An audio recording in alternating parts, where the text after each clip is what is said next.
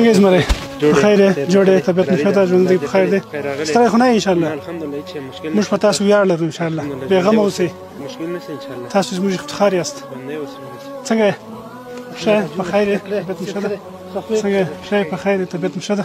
زلمی میړنی پیار د تاریخ ساتي دل ای وطن ستا استقلال زی پشور زی پجوش لکه څپې د اولس مستی شوین بیا ولولې هیواد د ګلان به دې وي پر لمن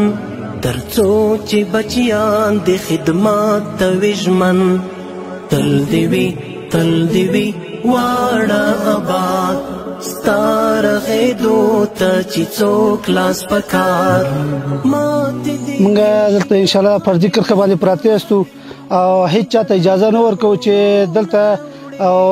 دې خواته کوم تجاوز وکړي چې تجاوز یې وکړي او غاښ ماتولی جواب ورته ورکوو انشاءالله په ننګ د قربان دی مدام